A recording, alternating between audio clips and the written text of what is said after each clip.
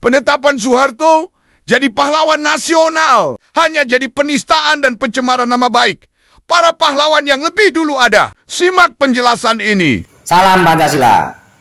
Pemberian gelar pahlawan nasional bagi Soeharto adalah penistaan dan pencemaran nama baik bagi para pahlawan nasional sebelumnya yang sudah ada. Kenapa?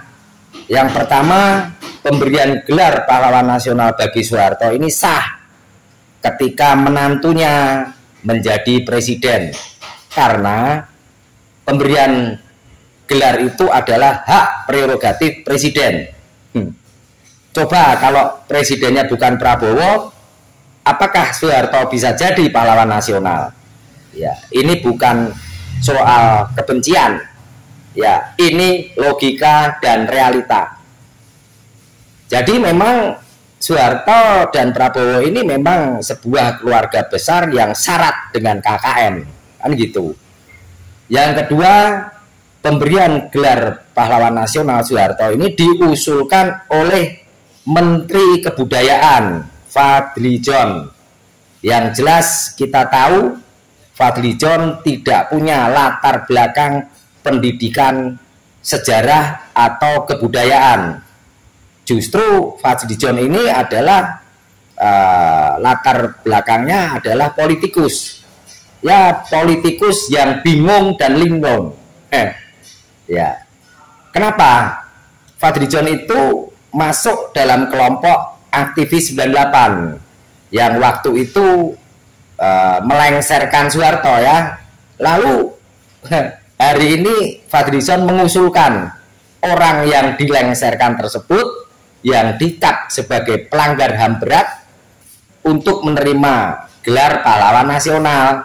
Kan gitu mikirnya, gampang kan? Faktor yang ketiga adalah standarisasi atau syarat untuk mendapatkan gelar pahlawan nasional. Ya, untuk Soeharto ini jelas gak akan masuk standarnya atau syaratnya. Karena ketika kita menerjemahkan kata pahlawan itu adalah orang yang mengorbankan dirinya untuk kepentingan orang banyak. Sementara Soeharto ini adalah orang yang mengorbankan orang banyak untuk kepentingan dirinya.